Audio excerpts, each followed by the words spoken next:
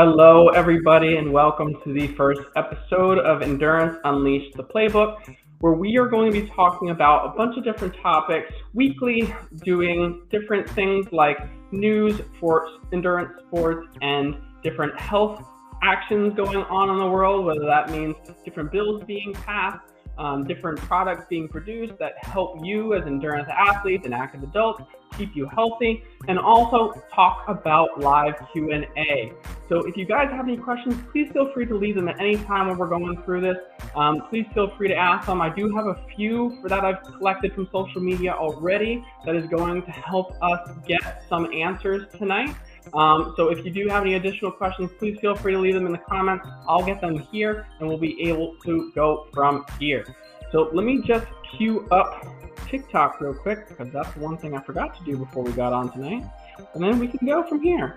What we're going to be doing for content going forward, though, is we're going to be adding also some aspects to a podcast where we're going to be listing this with. So stay tuned for any additional podcasts we're going to have on different topics. If there's anything specific that you would like to hear about, please feel free to chime in with that as well. And we will be going good with TikTok in a hot second. Okay. Oh, jeez. All the parental content.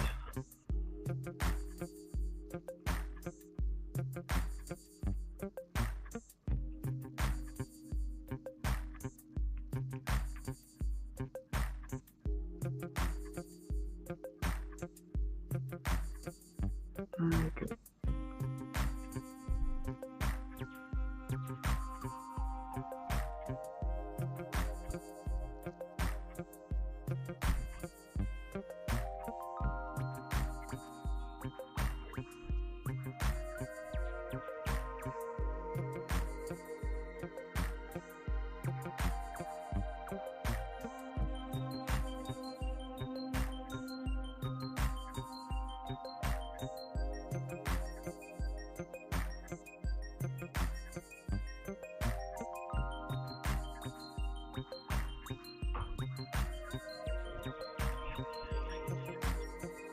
All right, so now we're officially set to go. We are doing our weekly live that we're going to be doing every week, talking about endurance athlete sport news. We're talking about different Q&A from the live audience, regardless of where you are in the world, to see what you have to do about anything dealing with from pain to sports-related access or doing anything related to your health. So please feel free to leave those questions in the comments. Please feel free to reach out directly. We have been posting about getting some pre-prepared questions, so we do have some of that for you. So we're going to be going through a bit of that tonight as we go through things. But the first thing on the agenda, I just want to introduce myself, because this is the first live that we'll be doing. We'll go through some news next of things that are popping up in the health and wellness world, and also in endurance sports right now, because I am an endurance sports physical therapist. And then at the same time, we're going to go over a little bit of a topic tonight about injury prevention. And then from there, we're also going to be talking about some live Q&A that we've collected some questions for over the past couple of days. So please feel free, again, if you have any additional questions, leave them down below. You know, I'm on all my social media platforms tonight, up top here and down here on TikTok. So please feel free to check us out on all of those platforms. So first things first, we're going to go through, we're going to talk a little bit about myself. So I am Dr. Rob Buttercorn. I'm a physical therapy business owner in North Carolina. I do work with endurance athletes and active adults, making sure they stay healthy and well for as long as they want to do the loving things that they love to do, whether that means running, swimming, biking, triathlon, soccer, whatever it is. I try to keep them doing it for as long as possible. And the same thing, the people that are doing that want to stay and keep up with their kids as they get older, the people who want to stay active and fit as they get older, the people who want to stay independent, the people who want to be out and traveling and be adventurous in their life. that is the people that I love to treat. Those are the people who I love to exchange stories with. Those are the people I love to hear amazing comeback stories from. When the medical system has failed them, I'm the usual one that helps them pick it back up when the traditional practices do not help them. So please feel free to chime in at any point, and we'll get ongoing with the next component. So we're going to talk about a little bit about some news, specifically with health news tonight, at least for right now. So what we're going to do is we're going to talk about 3 different things that are recently up for passing for bills in different state senates. One of these bills actually did pass in one of those state senates and is very beneficial not only for the practitioners like myself who participate in those states, but also the general public as well, because what that means is if one state can do it, the other states can hopefully eventually do it as well. So first things first, I know recently in the news this is a little bit of controversial. The past couple of days, there was reports that the guy who unalived the CEO for the insurance company, he was going to be put on death row, but there is a bill in California up right now that is going to be put forth to enact against insurance companies. And what is going to happen with that is basically the bill that's going through the House of Representatives in California right now, or the bill that's being put forth, is basically making health insurance companies not deny claims, not limit patients from receiving care, or not delaying patients from receiving care. And the benefit for this is obviously people like you and me who receive health care will be able to receive care without having the unnecessary denial of our claims. Everything that will be put forth by the insurance company will be able to get passed. Now, if we're getting into more semantics of this Luigi Mangione Act, which is basically what the name of it is, this act is basically being put forth in the sense where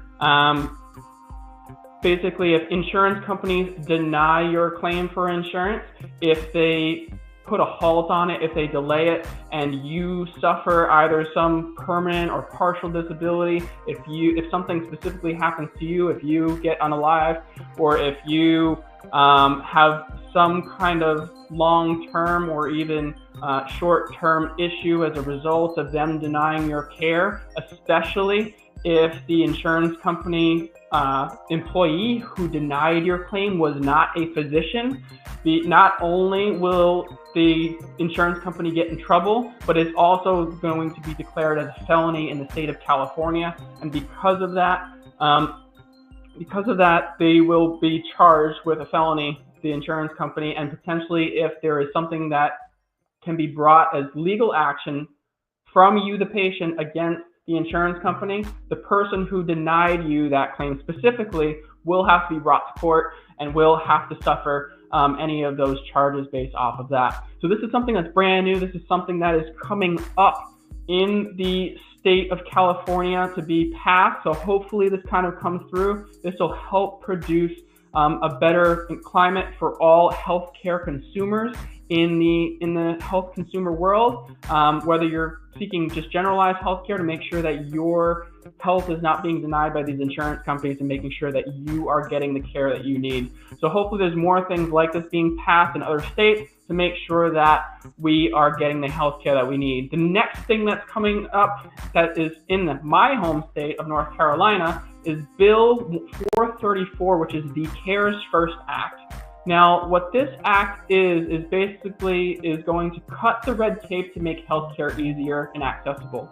Basically what happens with our insurance companies, the insurance company will have you fill out pre-authorization before you're even allowed to receive care. So if there's a procedure that you need to have, like an injection, a surgery, a little something that is being done, what you can have done is you need to have pre-authorization from your insurance company. And by having that pre-authorization from your insurance company, you then have to once it's approved, then you can receive the care. But what this bill is going to do is it's going to prevent you from having that delay in your healthcare. This is going to shorten that window between the pre-authorization that's needed and the care that is given. So basically, you're not going to have to wait weeks or months to receive an injection. You're not going to have to wait weeks or even a month to receive surgery. You're going to have it pretty immediate, depending on what insurance company you have. But this is something that's right now in the House of Representatives of North Carolina. Right now, it's going to go straight to committee, and then from committee, if it all passes through the committees, like the health committee, the insurance committee, and then on to the regular bill processing, then it'll go over to the Senate before it gets passed. Lastly, the next bill that did get passed in the state of Utah was that physical therapists like myself are primary care providers. Just like your regular primary care physician, now physical therapists in the state of Utah are going to be declared as primary care providers. Now, why is that beneficial? It's beneficial in the sense that you, as a healthcare consumer, can see somebody like me without restriction. It is a benefit for you as a healthcare consumer in the sense that you no longer have to worry about having to schedule an appointment with your doctor, only being able to see them for 10-15 minutes, and then be able to go off on your own. This is something where you can go to your healthcare provider, like myself, a physical therapist, get checked out, and be able to go off and get imaging done, get levels of prescription medication if you need it, so like prescription strength Advil or prescription strength naproxen, those kind of things. We can do that. We're allowed to do that in the military already, so that is something that's beneficial already in our military, and it's starting to expand out now with the state of Utah passing this. So now physical therapists will be able to produce that for healthcare consumers as well. So this is an amazing thing. Hopefully more and more of this will happen, because in the military there's been multiple studies, there's been multiple examples, and there's been no negative consequences of physical therapists being primary care providers in that sense. So I hope more states catch on. I hope more states pick it up. I know my former state of New York is going to be slow to that, just like California usually is. But hopefully more and more states will pick that up, so more and more people can get access to care and get easier access to care and get potentially even better care overall by not only going to a primary care physician to get your insides checked, like your blood pressure, your sugar levels, and your heart rate, your respiratory rate, how you're breathing, and everything else that goes on with your diet and your body. But we as physical therapists can look at the outside of your body. So hopefully this is something that will be beneficial much more in the future. Next thing we have on the docket is talking a little bit about the endurance stuff we have coming up, because we're in April, we're in the second quarter of the year, and we also have a good amount of events popping up this month because of the changing of the season. So we do have marathon and long course triathlon season is here. So what we have coming up April 5th, specifically this week, is Ironman Texas. So as far as the male side, we're looking at hopefully Lionel Sanders is going to be the one who's going to be top of the podium again. He's going to defend his title, hopefully. Other people for us to look out for is Ironman World Champion 2024, Rudy Von Berg, who has a very strong past performances, finishing in the top 3 in the past 3 outings of this race. So hopefully he'll be at the top of this as well. We have 5-time Ironman winner Chris Lieferman. We also have Trevor Foley, who was last year won 2 70.3s in Ironman Lake Placid, just 4 minutes and 30 seconds short of 8 hours. So hopefully those men will be at the top of the podium or somewhere around the top of the podium for Ironman Texas coming up on April 5th. And for the women's side, we have Jackie Herring, who is returning after her 5th place performance in 2022.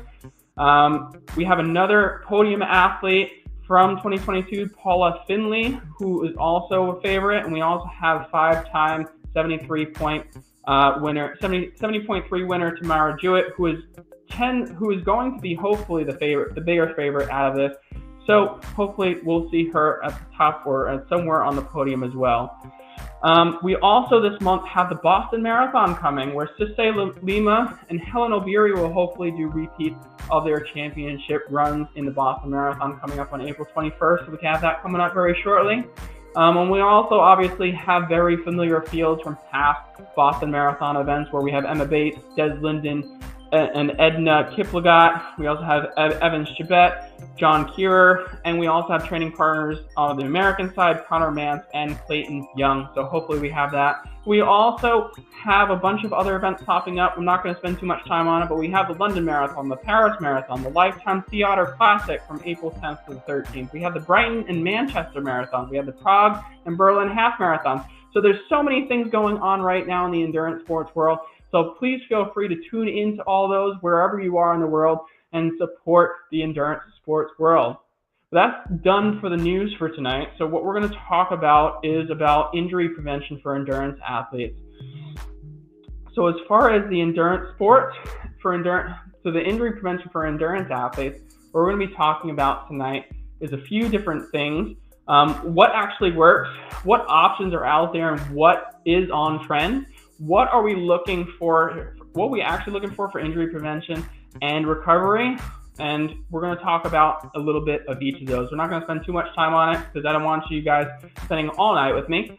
But what we're going to talk about is right now is a little bit of the trends that are going on. So what do we see mostly with the trends that are going on in the endurance world or even in the gym world? We see saunas, we see cold plunges, we see we don't see it as much anymore, but we used to see the cryo chambers. We don't see that as much anymore. We're starting to see more of the hyperbaric oxygen chambers. We used to see much more of the IV therapies.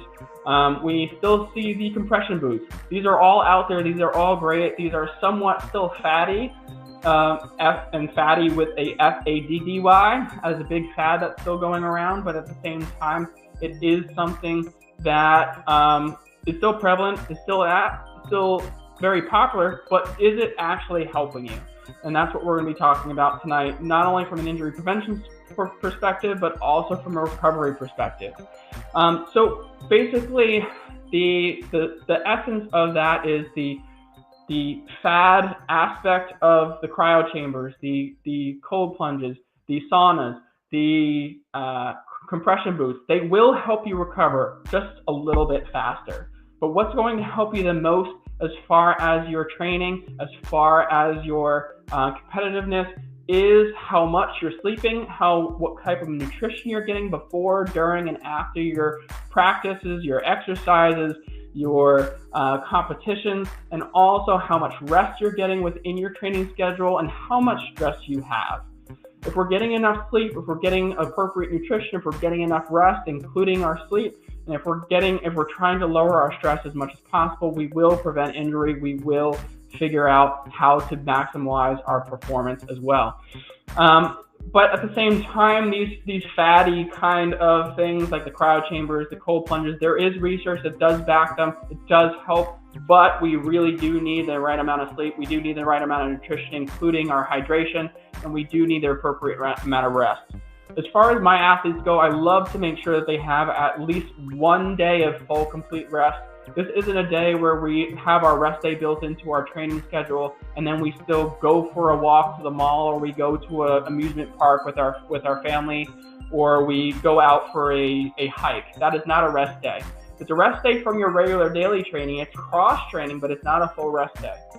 This is a day that we, at minimum, are walking around the neighborhood gently. This is something at maximum. We are also doing very light yoga or mobility work or flexibility work. This is a day that we are just lounging around doing whatever we feel like doing outside of our training, outside of our sport. As far as stress goes, training itself can be stressful. Life is always stressful to begin with. We have work, we have kids, we have family, we have this going on, friend drama, family drama, whatever it is. But we need to find that time. We need to find the things in our life that is going to help us separate, help us detract from stress, help us calm down, help us relax, whether that's at the end of the day, end of the week, whatever it is. Have your separate hobbies that are outside of your training that allow you to settle down, allow you to relax. Try to separate yourself, especially before you go to sleep. Don't think about the things that are stressing you out throughout the day. Figure out an activity that you can do in at least an hour before bed where you don't have to think about the rest of the day, don't have to think about work, don't have to think about family. Just relax, veg out if you want to consider it that, and figure out what you need to do in order to decrease your stress throughout the day. Same thing with your nutrition. Focus on things that are more natural. Focus on things that are simpler and easier for your body to break down. Don't have a lot of processed products in it. I'm not necessarily a nutritionist. That's not what I'm here to do. But we want to focus that we're getting enough. We want to make sure we're having 50 to 60%. It could be anywhere between 45 and 60% of our consuming of carbs. We want about 1 to 1.5 grams per kilogram body weight for our protein, just to make sure we're building back proteins through our amino acids, or building blocks for our protein so that we're able to rebuild our muscle after our training. And we want to make sure that we're consuming enough calories to support whatever activity we're doing as well. Basically, if you are someone who is fasting right now, whether that's intermittent or doing some other kind of fasting, we want to make sure before we're training, we're having some kind of appropriate energy availability, so we're not eating away our muscles or eating away our bodies, so that we have extra to build back up. Especially if we're doing low level speeds when we're running or we're cycling, we're not burning fat, we're burning our body. We're burning our lean mass, so we don't want to necessarily do that. We want to make sure that we have enough energy, some glycogen, some carbs in our system, whether that's in our blood, in our muscles, that's taken out of our muscles as we're continuing to work, so that we have appropriate energy throughout our training so that we can perform at our best, and also not have too much extra to recover from after we are done. The other thing I want to talk about is strength training, and it's one thing that my endurance athletes don't do enough of. And after they get working with me, they do a lot more of it because I harp on it as much as I do. So as an endurance athlete, we still need to strength train, and we need to do it relatively heavy. And relatively heavy, I mean, it needs to be a challenge. Just like when we're going out for a speedy run, just like when we're going out for a hard cycle, some sprints, some intervals, we need to have a challenge built into our strength training. If we're just doing our lunges, or if we're doing squats with just small little hand weights and it doesn't feel like much of a challenge to us, we're not getting a workout, we're not feeling like we're tired at the end, we're not doing enough. Whether that's our rep scheme or whether that is our weight resistance itself. We need enough resistance, we need an appropriate amount of reps in order to gain strength and gain stability. By gaining appropriate strength and stability in our joints, in our muscles, we're going to limit the amount of injuries we have, both tendon, joint, and muscle injuries that we have over time as endurance athletes, even as active adults. We're going to limit, and we're also going to maintain our independence. We're going to improve our ability to perform and function throughout our life, and we're going to make our bodies more efficient. So we do need to strength train regardless. If we're going to get simple, we're going to, you want to take away simple tidbit, strength training at least 2 times a week, 2 to 3 times a week is all you need as an endurance athlete to help improve gradually, a little bit at a time. If you want to maintain during your competitive season, which is what you should be doing, 1 to 2 times a week if you can fit in that second time a week. And if we are doing our rep scheme, if we're trying to gain strength, 6 to 8 repetitions per set is kind of where we need to be at to gain strength. If we're doing more than that, if we're going up into 8 to 12, we could gain a little bit of strength, but at the same time, we're going to gain a little bit of hypertrophy or muscle size because we're getting towards exhaustion, especially if we're doing the heavier weights. But if we're always focusing on trying to do more and more reps without adding more resistance, we're not going to get stronger. We're just going to get more tolerant to activity, which is an issue I see a lot with endurance athletes as well. They focus more on just gaining more reps as far as their weightlifting rather than actually adding resistance. And because they're not adding that resistance, they're not really getting stronger. They're not really preventing injury as much. So we're going to go through some Q&A now. So if you guys have any questions either on TikTok here, or if we have any questions up on top, regardless of whether it's related to endurance sports or it's related to any health related stuff related to physical therapy, whether that's back pain, knee pain, hip pain, shoulder pain, put that down in the comments, put that down in the questionnaire section so that I can answer those for you, and we will get going with some of the stuff that people have answered beforehand for me, or asked beforehand, so I can give you guys direct answers to that. So the first question that we have right now comes from Drew, and he submitted 3 questions ahead of time. So a couple of those questions that he had for me, the first one was, is it better to rest if something is sore, or is continuing to modify exercise better? So to answer that question, Drew, basically, if you are sore, if we try to do more activity, obviously that's going to be a little bit on the negative side. So for example, if I do bicep curls one day and I get very sore in my muscle, if I do it the next day, I'm just causing more damage, which is going to delay my recovery, which is going to delay my ability to heal, because we're causing additional trauma to the muscle rather than allowing it to rebuild back up. So if you are sore, especially if you're very sore, we're going to modify that exercise. So if we're going to stick with the same kind of movement with the bicep curl, we may do preacher curls instead, because that may deviate a little bit about what we're doing, but we're going to do maybe legs that day, or we're going to do shoulders that day, or we're going to do back that day. We're not going to focus on your bicep anymore. So try to modify your activity as much as possible. Focus on areas that aren't sore. If you are a runner or a cyclist or a triathlete who is sore for that day, we're going to modify. So especially if you're very sore, we're going to take it easy. We're going to do a nice recovery day. We're going to do short, we're going to do slow. We're not going to do anything crazy out of the ordinary, just because we don't want to cause additional damage to our tissues or significant damage to our tissues before we have the ability for it to recover. So we're still going to need time to recover, whether we're sore or not sore. We just don't want to compound on that soreness each time we go to work out. So good question. Next question that he had was, if something feels slightly off, is it better to lean into it or back off? So slightly off, that is a verbiage that could mean a couple of different things. I'm going to assume is like it feels uncomfortable, it feels weird, not necessarily that it feels like it's painful. So what I'm going to say with that is, if it feels slightly off, how I at least handle it when I feel slightly off myself, I will kind of see how it continues. If, for example, if I'm going out for a 4-mile run or whatever, if I feel off that day, I will continue at that pace, and if I continue to feel off, I'll back off a little bit. I won't push into it, just because I know if I push into it, based off of experience more than anything else, I will feel worse. My heart rate will be higher than it usually should be. I just feel like my legs are dragging. I feel like I can't push as hard, even though I feel like I'm working harder. So I won't push as hard. I'll either stay and see where I'm at. Like, I still feel like slightly off. I may drop off a little bit and shorten up my pace or shorten up that run entirely.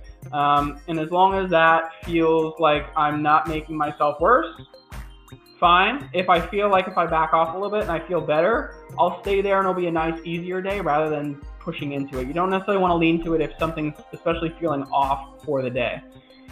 All right, next question that Drew had, the final question that Drew had is wearing wraps or sleeves without any injuries preventative or problematic? And this is questionable in the sense where I need to understand where you're coming from in this question. So if you're saying, if you're a runner and you're wearing these sleeves or these wraps, and you are wearing it because you've had injuries in the past, but you've never had an injury recently, and you're continuing to use those sleeves because you want to protect yourself, fine. If you're using it because you currently have pain and you're using the sleeve and the sleeve's helping a little bit, but the pain over time, especially if you still have that pain over months at a time, it's not really going to help you. It's not going to make it go away, that pain. It may give you a little bit more sense of security and stability, but it's not going to necessarily help with anything.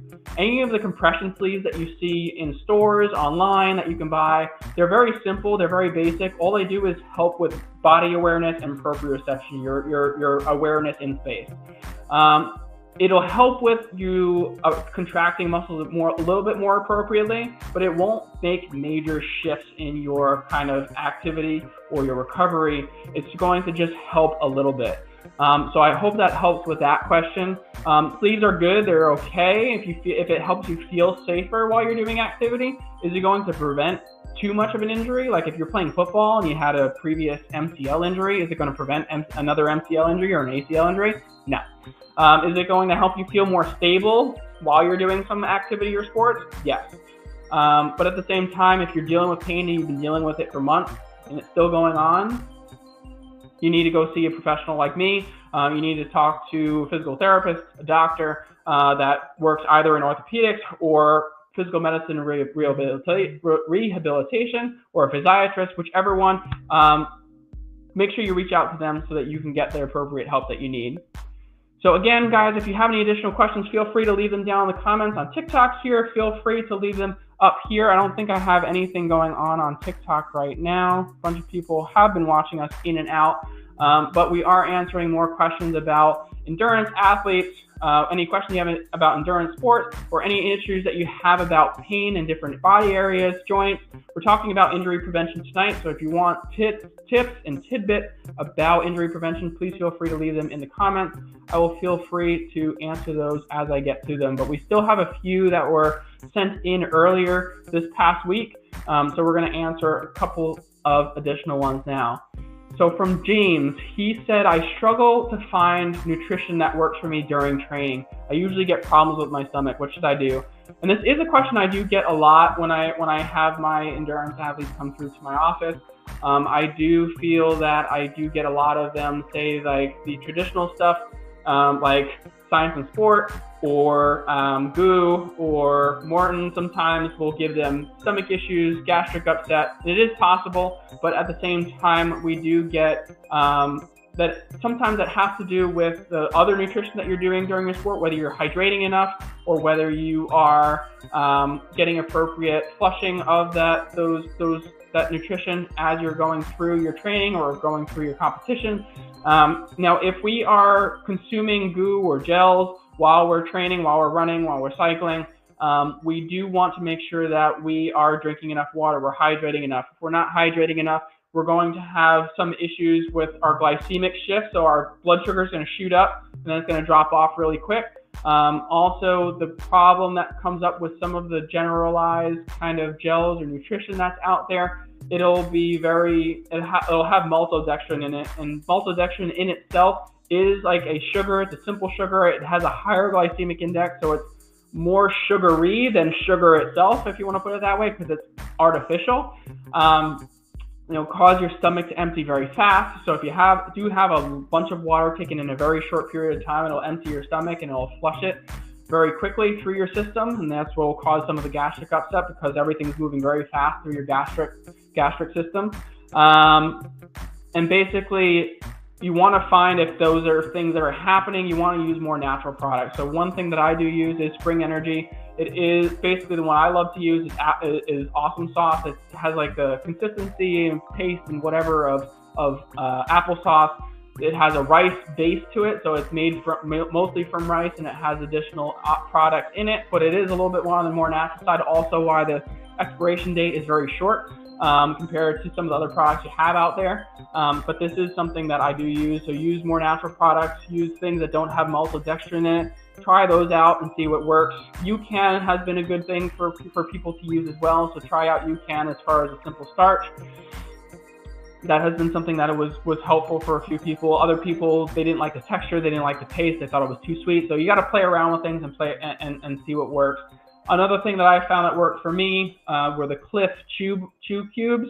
Those worked as well to help with some of my nutrition while I was training. All right, next question we have is from Katie P. And she says, I'm currently doing intermittent fasting. Is it okay if I'm still on my fast when I am training? And Katie, I love that you asked that question. I do get this question sometimes from people. I used to do it myself, intermittent fasting, just because it helped me with my middle of the day slump. The only thing I've changed up now, I've added back in breakfast. I still eat three meals a day.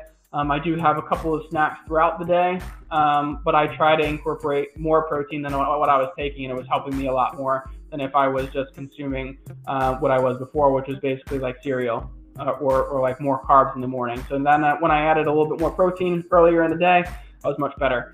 So as far as intermittent fasting and being on your fast and training, if we're training during that fast, we're going to have lower energy availability, or LEA. You may see that in some of the articles. You may see that, especially if you look into research articles, LEA is low energy availability. And because if we have that low energy availability, we may not have enough sugar or carbs in our system, whether that's in our blood or in our muscles, to support the activity that we're trying to do. So then quicker than usual, we will feel sluggish, we will feel issues with our performance, and therefore we won't be able to push as much, and therefore we may cause also a little bit more oxidative stress.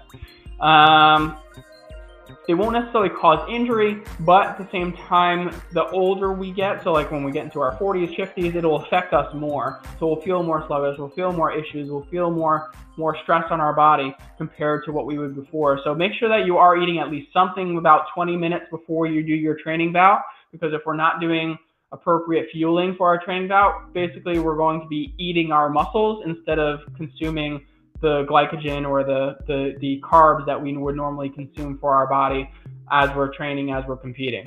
So make sure you're eating. Next question that we have is from Chris, and he said that I have been dealing with knee pain for some time now while I run. I have tried taking a break from running a number of times, and I have also been through PT. What should I do? So Chris, that's a great question. It's something that I usually get when people come to me, especially when they've been struggling with knee pain or any kind of running injury for a period of time. As far as that goes, resting it is not going to necessarily make it go away. Going to PT will help, but you need to get in front of the right medical professional. Getting in front of the right medical professional is what's going to really help you, because what I do differently is that I really spend the time and listen to you. I really sit and take the time to ask the right questions.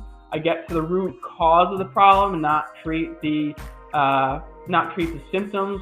I get right to the solution of the issue and get you better faster. So if you're in a practice and you're working with somebody who is giving you electrical stimulation or doing ultrasound or having you do table exercises all the time and never looks at your run, never looks at your ability to jump, never looks at your ability to do certain lifting tasks, if they don't see where there's kind of potential breakdown doing lower level tasks during your day, then how are you ever going to fix your knee pain while you're running? That's how I look at it. So usually it comes down to the questions they ask, the types of exams that you get done on you while you're in the facilities. That's both at your orthopedist, your physical therapist, your occupational therapist if you're dealing with stuff for your hands. But at the same time, like if I notice that someone is dealing with this pain and they've been dealing with it for a long time, there's something that's always been missed. Especially if they've been to multiple practitioners. You're coming to me for a reason, and it's usually to get that solution.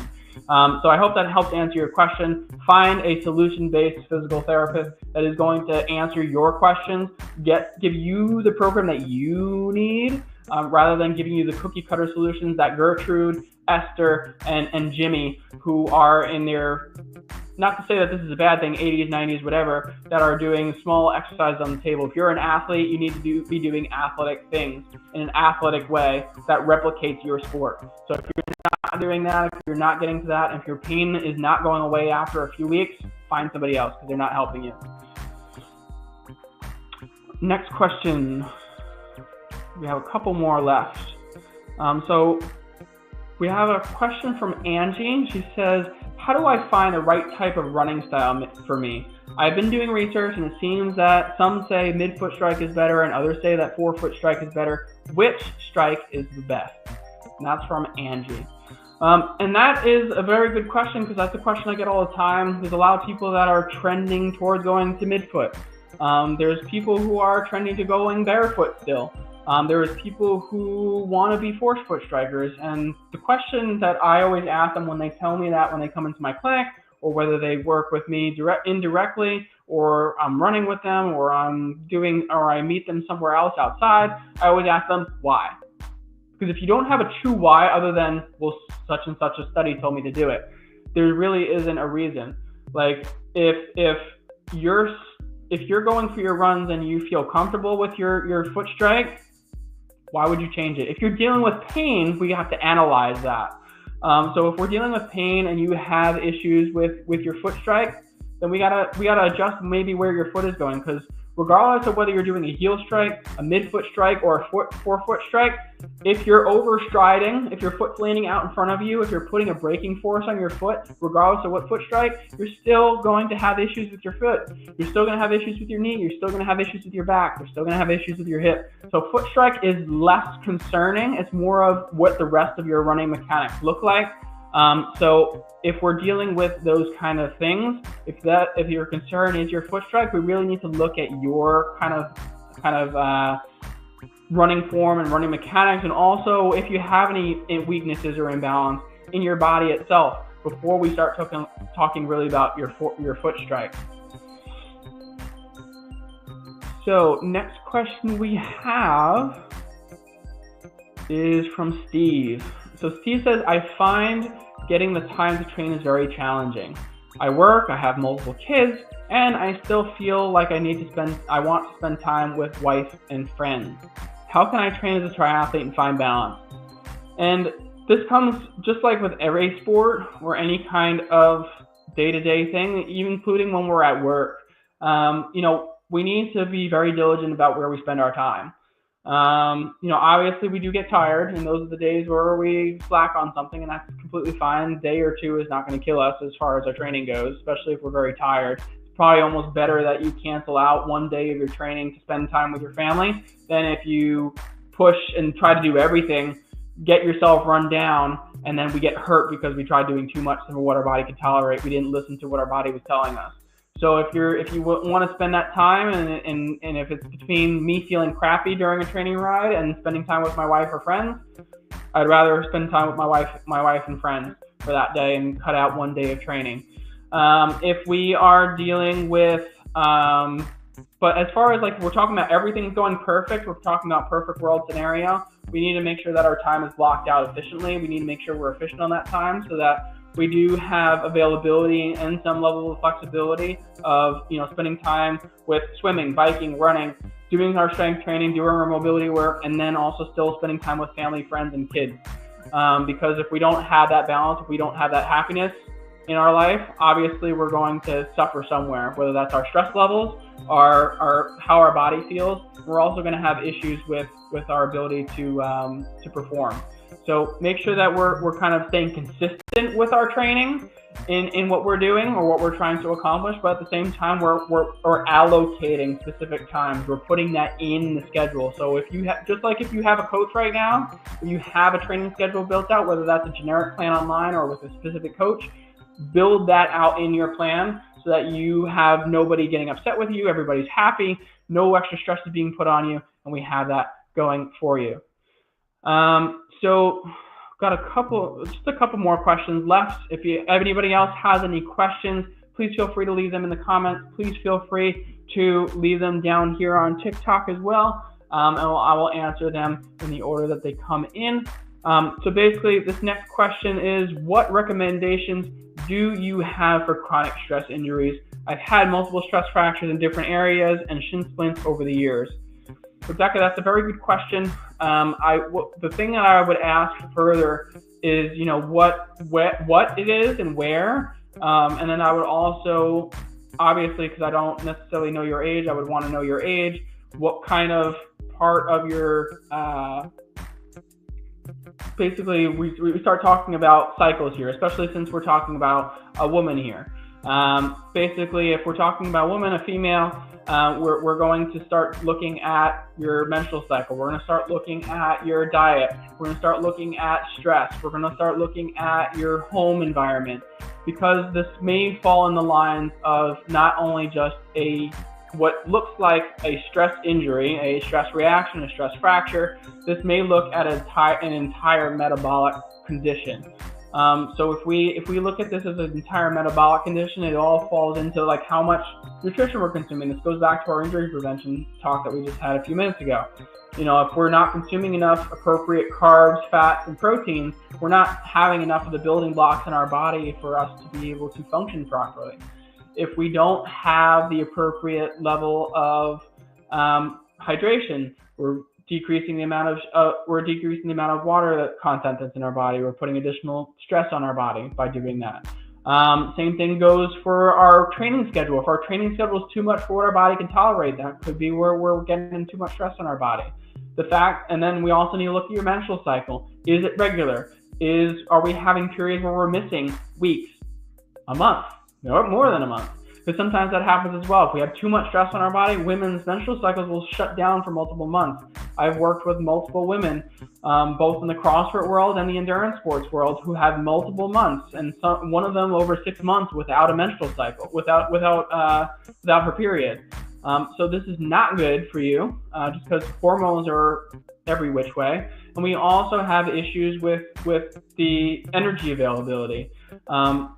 So this is where we start to have these chronic issues. The injuries start popping in, the bone stress stuff especially, because we're not replacing the minerals from the stresses that we're putting in our body. Our body's breaking down by doing our training, but it's not building back up because we're not getting the right amount of rest or the right amount of nutrients. So that's where I would look at it. If you do need help with that, please feel free to reach out to me. As more likely, I'd be very likely to give you somebody at least that you can talk to figure out if this is where we need to go. But this is something that is very important. And if you have multiple of them, make sure you get it checked out. So we got 3 more questions left. If anybody else has any more, please feel free to leave them in the comments. I'd be happy to answer those for you as we go. Basically what we have from Maggie is, I'm trying to create a training plan for myself, just getting into triathlon. I'm not comfortable yet with having a coach or wanting to spend that much money right now. How should I approach it? So that's a very good question, Maggie. I had this question also this week with one of my new clients. She's just doing her first triathlon. She had a lot of questions about some of the stuff we covered tonight even. So this is something that comes near and dear to me, especially with training. We do want a consistent schedule. We want to have something that's easy for us to do. We want something that is going to be easy for us to accomplish, obviously, but also we want to minimize injury as much as possible.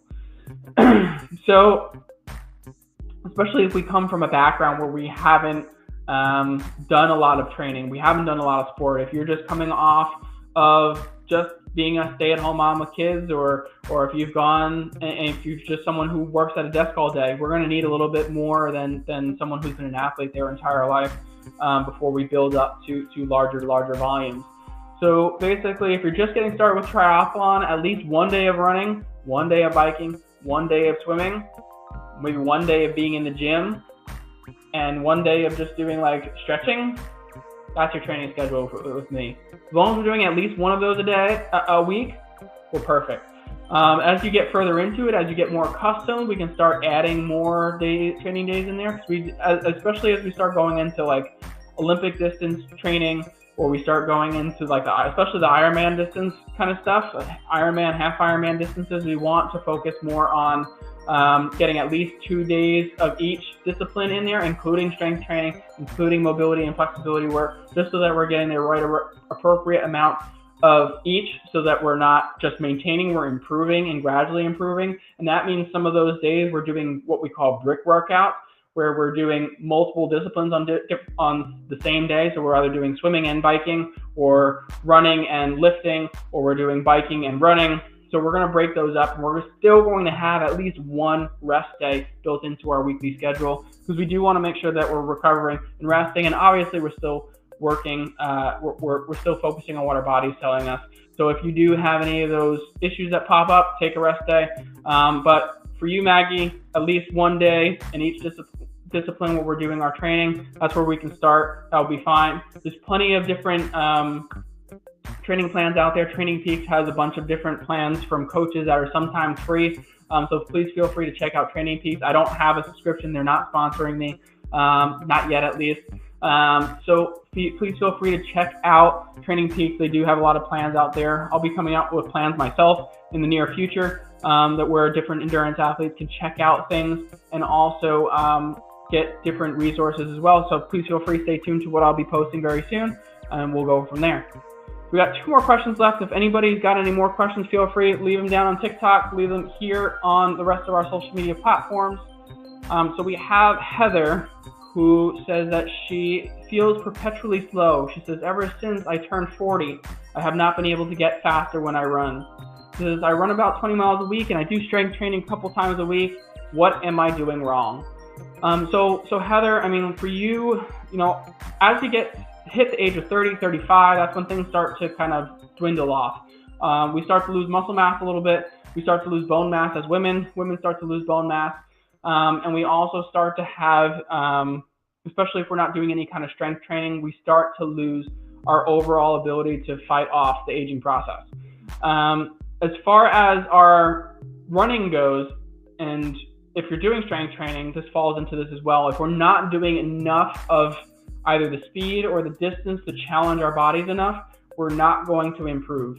We're not going to stave off. If we're also dealing with some aches, some pains that we've been neglecting to take care of for a very long period of time, that could be feeding into it as well. I've worked with a number of ladies who are either near or close to retirement age who run very well, but then there was some injury that they had that popped up 5-10 years ago that caused them to slow down, and they've always been slow. And that's because they never fully recovered from that injury. They never recovered appropriately. They didn't have much pain anymore, but they never regained the strength and the stability, even though they were doing their strength training.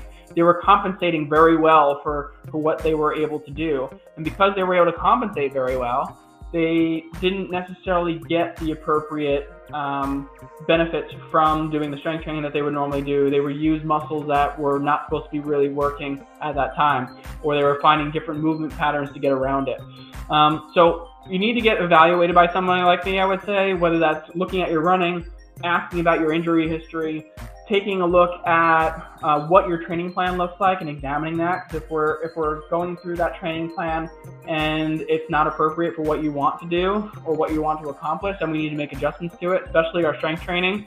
And after doing just a few simple things, like if we had an old injury that needed a little bit more TLC than what would normally would have been done by a traditional practitioner for physical therapy, then coming to see me, like this woman I was just telling you about, she was able to get better in a couple of weeks and was gradually building after that, and was able to cut, I think, 10 minutes off her half marathon time, just because she was actually feeling good at that point, wasn't dealing with a little bit of a niggle or kind of small issue that she was always neglecting to take care of. So get that checked out. Make sure you're getting the right kind of help and support that you need, whether that's looking at your running, your strength, your plan, or even taking care of any old injuries that you have.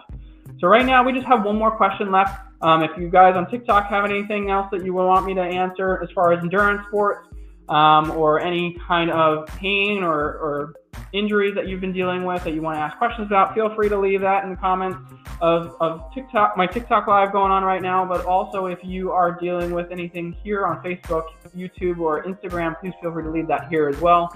I'd be happy to answer it. The last question that we have for tonight is, what is the best type of shoe to run in? No matter what type of shoe I've tried, my plantar fasciitis keeps coming back. And that was Cliff. So Cliff, I mean, when we look at shoes, obviously we want to look at shoes that fit, number one. 2, shoes that feel comfortable. And 3, we want to focus on what kind of sport we're doing. So if we're looking at shorter distances, it really doesn't matter. If we're talking about marathon distances or even ultra marathon distances, we really want to focus on different types and shoes that work specifically for us.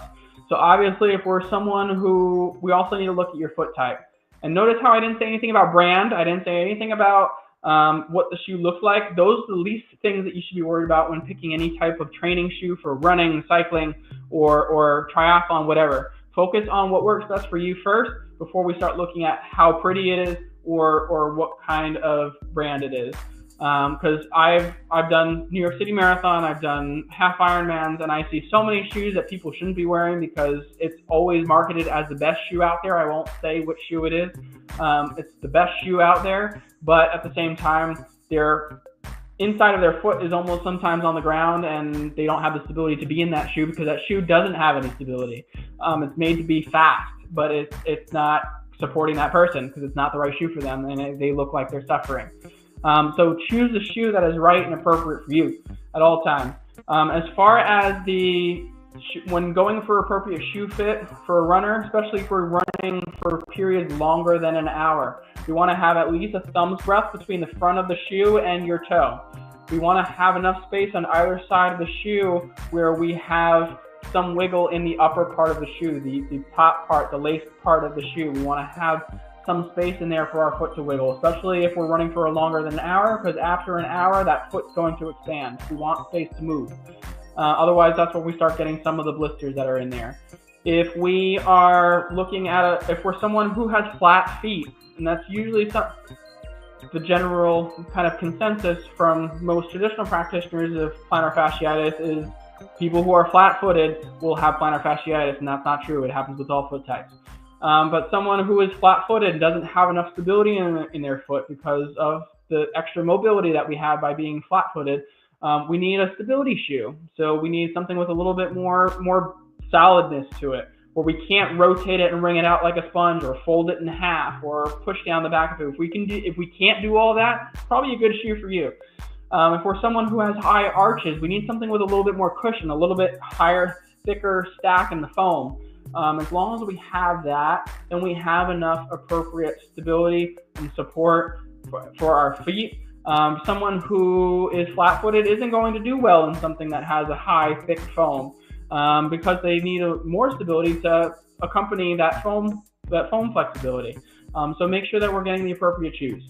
So in the sense of the shoe, pick the shoe that's right for you. If you feel comfortable in it, try them out. I've seen people, one of my clients, he's tried every single shoe that's generally around the neutral area for shoes, and he was still having some issues with it. And when he finally brought them to me, he brought me like 20 pairs of shoes. And when he brought me the 20 pairs of shoes, we started eliminating them one by one. We started with fit first, when we started with comfort, and then we got him on the treadmill, we got him running, and we kind of narrowed it down to 2. And then we said we narrowed it to 2 because we brought him down to a pair that he used for speed and a pair that he used for long day. And that was what worked for him.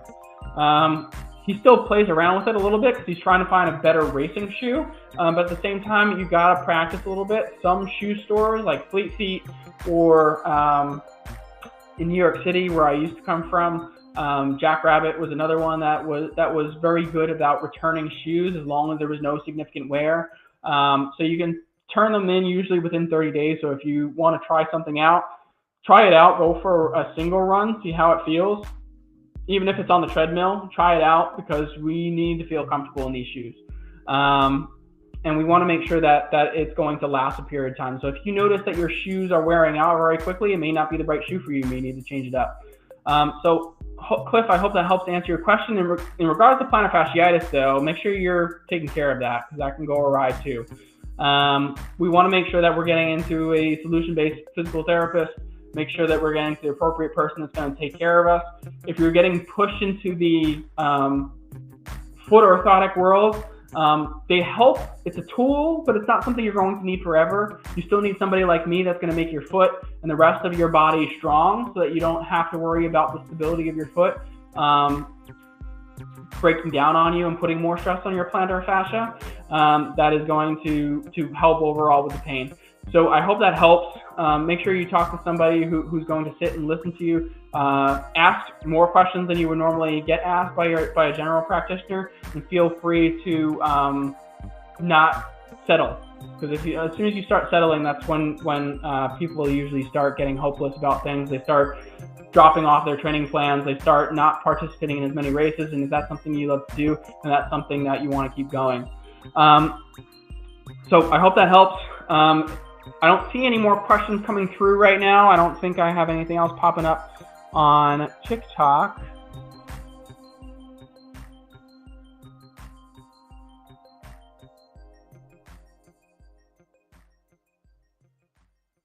Okay, TikTok gave me a little bit of trouble here because they want me to do a thing.